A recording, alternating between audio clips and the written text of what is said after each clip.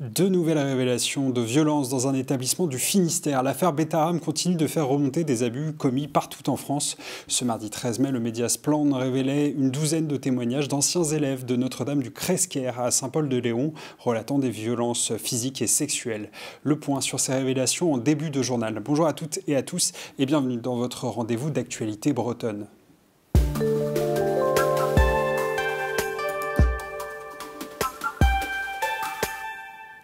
Ces violences ont eu lieu entre les années 50 et 80. Pour mieux comprendre ce qui se passait derrière les murs du Cresquer, un ancien élève a accepté de témoigner. Aujourd'hui âgé d'une cinquantaine d'années, il est entré dans l'établissement en septembre 1976. Raphaël Rufflet-Margeau et Adrien Paquier l'ont rencontré.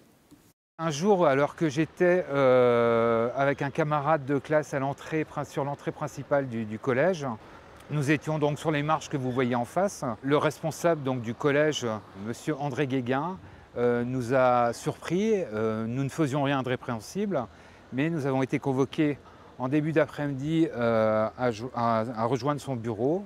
Il m'a posé la question suivante: que faisiez-vous sur le perron? Et je lui ai répondu malencontreusement que je ne savais pas ce que c'était qu'un perron.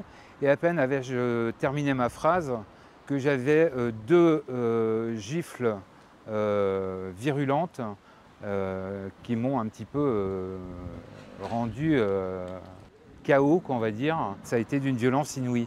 Ce qui me pousse à témoigner, c'est en fait ce qu'on a pu voir à Betharam, c'est-à-dire des gens qui ont subi des traumatismes dont la famille des fois ne comprend pas justement le jeune qui a été traumatisé et qui est un peu bifurqué dans la vie, qui s'est un peu marginalisé parce qu'il s'agit vraiment de traumas qui se sont enfouis et qui, comme pour mon cas en tout cas, éclatent au grand jour. On n'en parlait pas beaucoup parce qu'à cet âge-là, on est jeune, on est très jeune. On n'a pas tellement envie de mettre ça en avant devant ses petits camarades à 12 ans.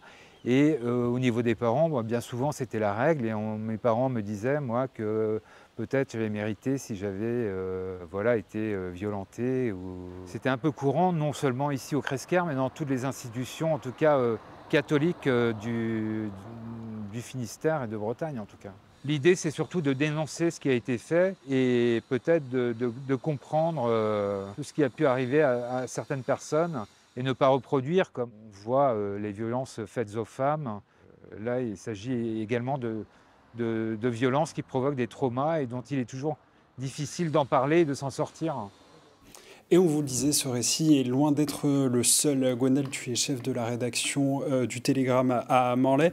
Vous avez recueilli en tout une dizaine de témoignages d'anciens élèves. Est-ce qu'ils vont tous dans le même sens ? Oui, absolument, ils vont tous dans le même sens. On a recueilli effectivement une dizaine de témoignages, des hommes, des femmes, qui s'échelonnent entre les années début des années 50 et fin des années 80.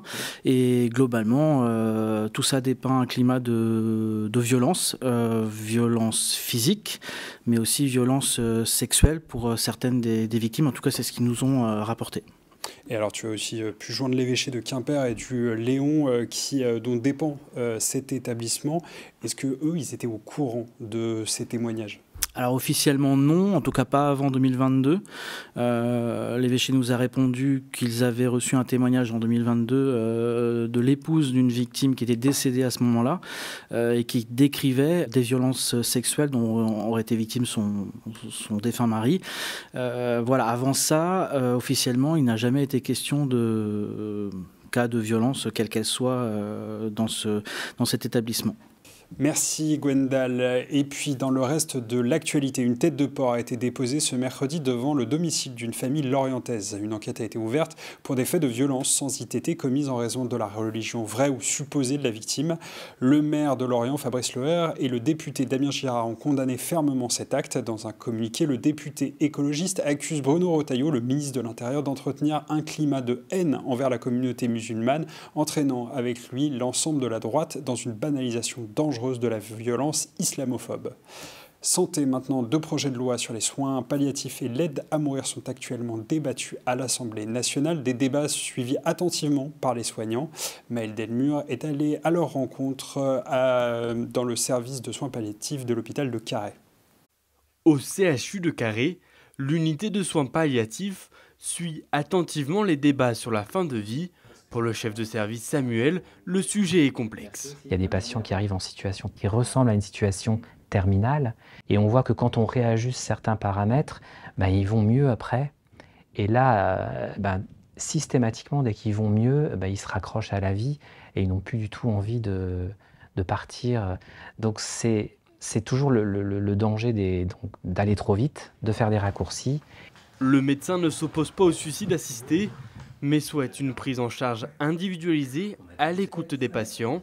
Si on arrive avec des grands cadres en disant on peut faire soit guérir, soit s'acharner, soit donner la mort, c'est beaucoup plus subtil que ça. Tout ça, c'est des outils, mais il faut broder là-dessus et faire du sur-mesure en fait. Il n'y a jamais deux situations identiques, donc on est quand même dans la complexité dans ces histoires d'accompagnement, de maladies incurables et de fin de vie, en tout cas de discussion autour de la fin de vie. C'est de la dentelle à chaque fois. Ces infirmières du service, elles, attendent de connaître le cadre législatif définitif avant de se prononcer. Ça reste flou pour l'instant, C'est ça. On ne sait pas encore sous quelles conditions et dans quel lieu ça va se faire. Donc on est plutôt dans l'interrogation. C'est ça. Les deux propositions de loi étudiées à l'Assemblée nationale souhaitent également développer des unités de soins palliatifs. En France, 21 départements n'en sont pas dotés. Et puis hier se terminait le festival des mini-entreprises Entreprendre pour apprendre. À Carhaix, 2000 jeunes étaient rassemblés pendant 2 jours pour présenter leurs projets. Ils ont pu découvrir le monde de l'entrepreneuriat tout en soutenant une association. Louane Le Roland a suivi certains d'entre eux d'une classe de 3e du collège Sainte-Jeanne d'Arc de Crozon. Donc on a le sachet de graines qui se met au micro-ondes et après on le glisse dans la housse. On peut fermer et l'utiliser. Découper, coudre puis vendre, les bouillottes Plantes au chaud cartonnent. Pendant 1 an, 20 collégiens ont réfléchi à son concept, fabriquer puis commercialiser une gamme de bouillottes éco-responsables en tissu.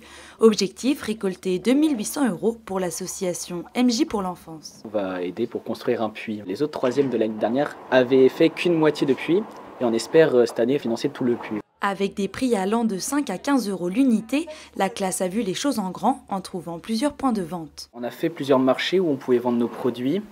On a fait aussi des vides-greniers pour vendre et essayer d'avoir un maximum de bénéfices. Un projet possible grâce au soutien de tous les habitants de la presqu'île de Crozon. Des machines à coudre qui nous ont été prêtées ou données pour certaines. Donc ça nous a vraiment beaucoup aidé, tous les dons. Également soutenus par l'association Entreprendre pour apprendre, ils ont eu l'occasion de défendre leur projet lors du festival des mini-entreprises. Le but, présenter leur bouillotte à un jury pour espérer remporter des labels. Un bel aboutissement pour ces jeunes collégiens. C'était un projet vachement intéressant. D'un côté, on fait une très bonne action pour les gens qui n'ont pas accès à de l'eau potable, et de l'autre, ça nous rentre dans le monde de l'entrepreneuriat. Tout au long de l'année, ils ont pu compter sur le soutien de Sophie, leur professeure de technologie. Certains élèves qui étaient tout timides au début de l'année se sont complètement révélés à l'oral. Je suis très fière d'eux. C'était vraiment une très très bonne équipe. Résultat, 2 médailles d'or et 1 médaille d'argent. Une belle récompense pour cette équipe de collégiens très soudés. Et puis, plusieurs idées de sortie pour ce week-end. La première, pour vous faire découvrir un texte qui a traversé les âges. Jusqu'au samedi 17 mai, un manuscrit datant du XIe siècle est exposé à la médiathèque de Quimper. Un texte écrit en latin pour la communauté des bénédictines de Locmaria. Alors, peu de manuscrits datant de cette époque sont aussi bien conservés et pourtant, ce texte, il n'a bien failli jamais ne revenir en Bretagne. Marc Moutoussamy, directeur de la médiathèque, nous raconte son histoire. Et on savait qu'il était conservé dans une collection privée en Norvège, à Oslo, donc c'était la fondation Skuyen. Et on a eu l'information l'an dernier d'une vente aux enchères chez Christie's à Londres. Et le manuscrit était au catalogue de la vente. Et ce manuscrit était déjà identifié par les chercheurs comme étant un manuscrit lié à l'abbaye de Locmaria. Donc en fait, il y a eu, dès l'information connue, tout un effort collectif de la part des professionnels des bibliothèques. En fait, on a pu négocier le fait que ce document ne soit pas mis à la vente aux enchères et qu'on puisse en faire l'acquisition sans qu'il y ait de surenchère. Donc on a pu l'obtenir, enfin c'est Rennes Métropole qui a pu payer la somme modique de 328 000 € et quelques. La deuxième idée de sortie, c'est l'exposition autour des travaux du Radôme de Pleumeur-Boudou. Depuis le 5 mai, à l'aide de nacelles allant jusqu'à 90 mètres de haut, 3 ouvriers spécialisés repeignent ce monument breton construit à l'origine pour les expérimentations de télécommunications par satellite dans les années 60. Aude Bosquet-Part, directrice de la Cité des Télécoms, nous donne un avant-goût de la visite.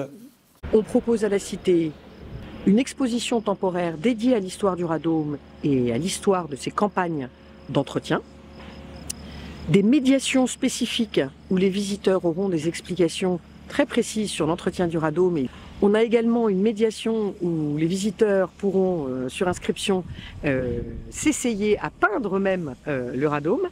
Donc non pas le Radôme monument historique, mais un mini Radôme et qu'ils pourront emmener chez eux en souvenir de leur visite. Et la troisième idée de sortie, c'est le plus grand rassemblement de Schtroumpfs que veut battre Landerneau ce samedi pour la 3e fois. Oui, mais voilà, lors des éditions précédentes, certains Schtroumpfs étaient restés un peu trop longtemps au bistrot et avaient oublié de venir au comptage de 19h.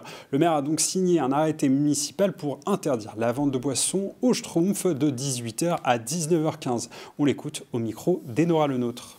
On a constaté lors de la dernière tentative du record que, comme la météo n'était pas des plus faciles, les gens sont restés traînés dans les bistrots. Donc voilà, j'ai décidé d'interdire la consommation des Schtroumpfs dans les bistrots au moment du comptage, puisque voilà, chaque Schtroumpf va compter. J'ai précisé dans l'arrêté que le Schtroumpf amnésique, il faut le lui rappeler, le Schtroumpf grognon, il ne faut pas le servir. L'idée, c'est que tous doivent être à Saint-Ernel pour le comptage. Évidemment, il faut prendre ça à la rigolade. On est sur un événement festif et cet arrêté est là pour compléter cet événement en indiquant voilà, qu'on est solidaire et qu'on va essayer de le battre ce record. Et on vous dira lundi s'ils ont bien réussi à battre le record. En attendant, l'actualité continue sur TBO et le Télégramme. Bonne soirée et bon week-end.